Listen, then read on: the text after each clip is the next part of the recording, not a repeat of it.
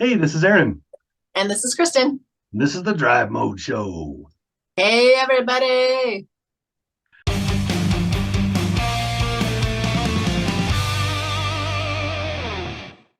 So, Kristen, you got to drive, or you got to see the unveiling for the new Hyundai Ioniq 6, which is their new electric vehicle.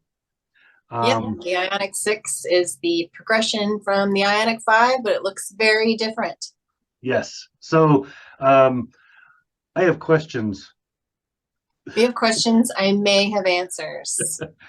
All right. So, But before you ask the yes. questions, let me just say that the video of the unveiling of the Ioniq 6 is on our Instagram channel, a Drive Mo Show, and it's got 1 million views so far. 1 million. Million. So people are really interested in the Ioniq 6, and it has a lot of buzz going. So I will find a link to it and put it in the description down below and or pin it on the comments so you guys can go check that out. In the meantime, um, what we're looking at is a brand new car and it is electric. So that's going to bring obvious questions to people's minds. Kristen, what is the range and how fast is this thing? So the range, originally, there were rumors that the Ioniq 6 was going to have a 380-mile range, but they've revised that a little bit to 340 miles of range. But the thing is, it charges up super fast.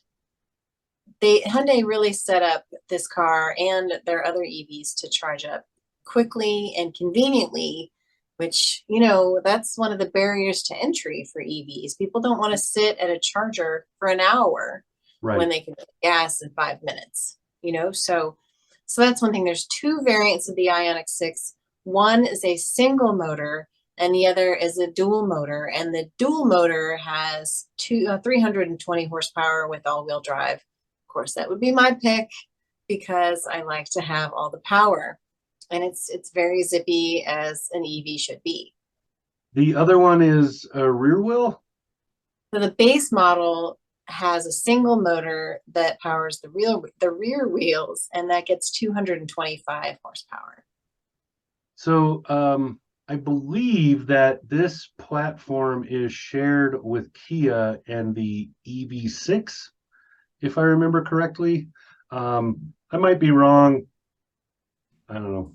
But there's enough in common there that I think that we can make a couple of comparisons, especially in looks. So this car, the looks are really breathtaking, surprising, and especially versus the previous rendition and the Kia. So, what do you think of that? What's your overall on the looks and the design language? What kind of language did they use? The looks are stunning. People are saying that it has Porsche vibes, and it's more slopey. Is that a word? Slopey than the Ioniq 5. It has more of a sporty feel than a little SUV feel, if you know what I mean. The Ioniq 5 was more cute, like a almost like a VW Golf or something Mhm. in that kind of silhouette. The Ioniq 6 reminds me more of a Hyundai Sonata, more like that sedan kind of look, but it's got more personality than that. And what was really interesting about the Ioniq 5 is that they used all of these pixels inside, like inside the door, it was these little pixel squares. And across the steering wheel, it just had the pixel squares and not even the Hyundai logo, which I thought was really interesting. And it's all throughout the car. And the reason for that, I discovered from the design people, is because they know that this car will appeal to Gen X. And Gen X is very familiar with Atari and pixels and pixelated things. So it's a interesting throwback design motif for a brand new futuristic car. It's true. We love our 8 and 16-bit stuff. It's clever, right? It's clever. It's like they took somebody who understands that era or researched well that era to find something that's going to resonate with the people who are going to buy it.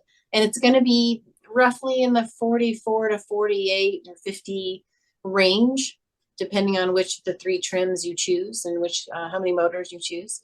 So it's right in that price point that's going to appeal to the Gen Xers. That's good actually, because one of the things that I liked the most about Kia's EV6 is the price point is realistic. It's not launched out there in the stratosphere somewhere where you're looking at getting close to triple digits, uh, or a six-digit number. And it's the EV6. I described it as being a wagon rather than an SUV, and Hmm. um, I could see that.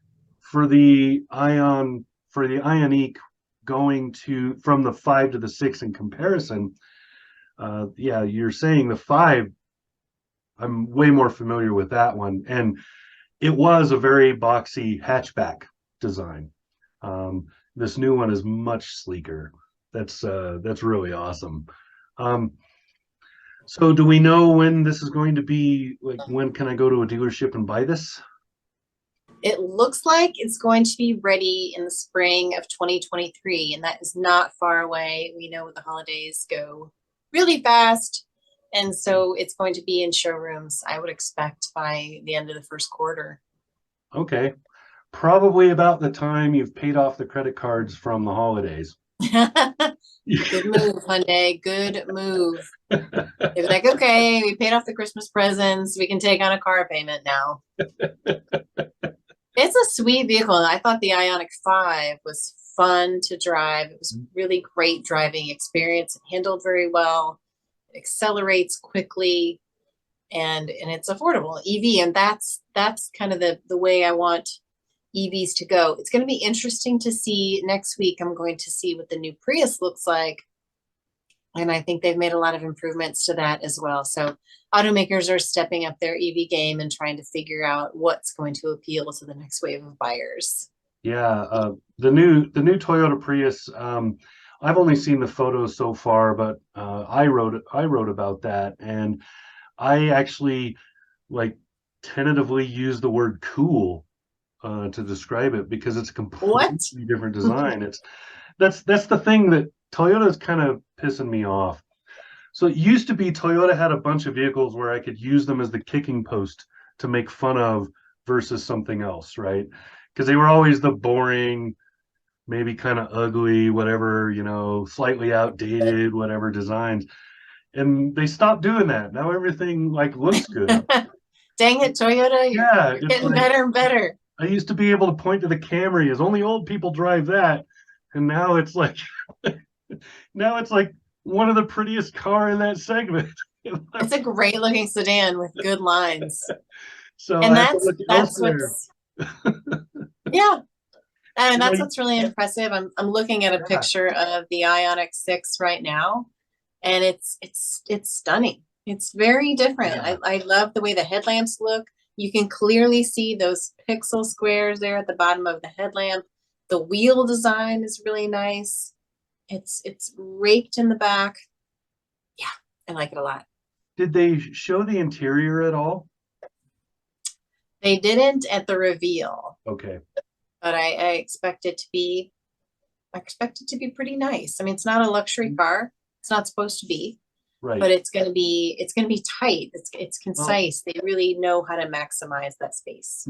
Hyundai as a brand has been pushing into premium territory, um, past the I don't know, the cheap area. I can't think of a better word than that, but past the lower end and into premium, similar to like how Mazda has changed their appeal. Uh, Right. but I ask about the interior because the one thing that would ruin it for me is if the interior goes all space age. I really don't like that when they Yeah, try to make an iPhone out of your car. I'm really not into that. I agree. And that's the one thing I really don't care for with Volkswagen's ID4. Yeah, I feel like it's too cold. yeah, But I like, didn't feel and that the way with reach the up to shift and the little things like that are just, yeah, yeah, I don't need it to be weird just to be weird. You right. know, but I didn't feel that way at all with the Ioniq 5. I thought it was pretty Mhm. intuitive. So I'm looking forward to seeing what the Ioniq 6 has to offer Yeah, soon.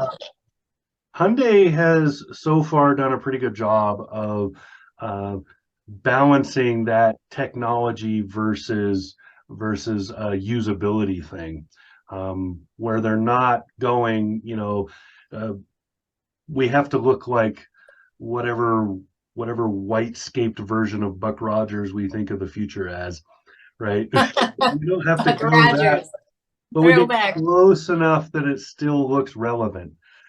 They've done a pretty good job of that balance. So I have high hopes for this car. It looks really good, and the specs are really good. So Agreed. yeah, Agreed. We'll find out soon. yeah. So when it comes out, we'll do some more on it. How's that? Sounds good to me. Can't wait to get behind the wheel. All righty. Okay, this is Aaron, And this is Kristen. and this is Drive Mode Show. Hit subscribe over there. Yeah.